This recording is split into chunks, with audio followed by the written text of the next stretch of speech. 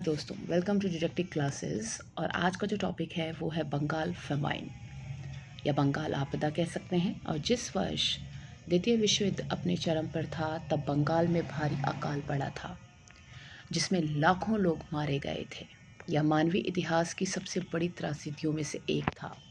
लोग खाने की तलाश में मारे मारे फिरते थे। लोग भूखे मर रहे थे क्योंकि खाने पीने की चीज़ें उपलब्ध नहीं थी।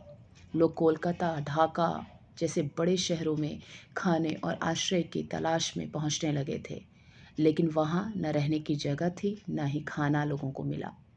वहां लोग कुत्ते बिल्लियों से संघर्ष कर रहे थे। एक रोटी के लिए आपस में लोग लड़ते झगड़ते थे ताकि खाने को कुछ मिल जाए। कहा यह जाता है कि कोलकाता की सड़कें और ढाका की सड़कें कंकालों से भर गई थीं। इंसानी ढांचे जो कई दिन से भूखे थे और सिर्फ मरने के लिए ही बंगाल के कस्बों और शहरों में पहुंच रहे थे। लोग भूख से तड़पते अपने खुद के बच्चों को नदी में फेंक रहे थे। न जाने कितने लोगों ने ट्रेन के सामने कूदकर अपनी जान दे दी थी। बंगाल का अकाल जापान के बर्मा पर कब्जा कर लेने के बाद ही आया था। भारत पर उस वक्त अंग्रेज़ों का शासन था और अंग्रेज़ों ने देश के अन्य क्षेत्रों से सूखा प्रभावित हिस्से तक अनाज पहुंचने पर रोक लगा दी थी। इसका उद्देश्य एक तो इसके विरोधियों के हाथों में पड़ने से रोकना था और दूसरा यह कि स्थानीय लोगों को ठीक से खाना मिले।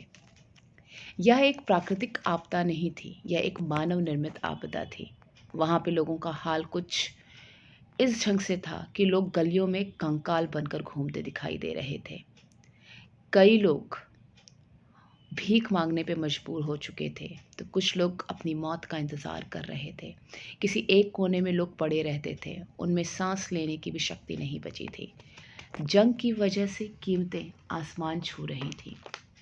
जाने माने अर्थशास्त्री अमर्त्य सेन का मानना यह है कि यह अकाल अनाज की कमी से नहीं बल्कि ब्रिटेन के उस वक्त के प्रधानमंत्री विंस्टन चर्चिल की गलत पॉलिसीज़ की वजह से आया था। वह चाहते तो अकाल ना आता। इनको सब कुछ पता था और सब कुछ जानते हुए अमेरिका को कनाडा से जो फूड सप्लाई थी, इमरजेंसी फूड सप्लाई थी, उसके प्रस्ताव को ठुकरा दिया था इन्होंने। चर्चिल अगर चाहते तो इस आपदा को रोक सकते थे। बर्मा पर जापान के आक्रमण को भी इसका वजह माना जाता है। जापान के हमले के चलते बर्मा से भारत में चावल की सप्लाई बंद हो गई थी। इंसान को बगैर किसी वजह या अपराध के इस जैसी तकलीफ़ का सामना क्यों करना पड़ा और इंसान इतना क्रूर कैसे हो गया जो इन लोगों की मदद तक नहीं की। इंसान को भगवान की सबसे बड़ी शानदार रचना कहा जाता है, लेकिन मेरे हिसाब से अकाल या युद्ध के दौरान यह भगवान की सबसे बुरी रचना बन गया था। उस दौरान लोग जानवर बन गए थे जिन्होंने एक दूसरे की मदद करना तो दूर, उन लोगों को ऐसी चीज़ों के लिए तरसाया जो हम शायद ही कभी सोच सकते हैं।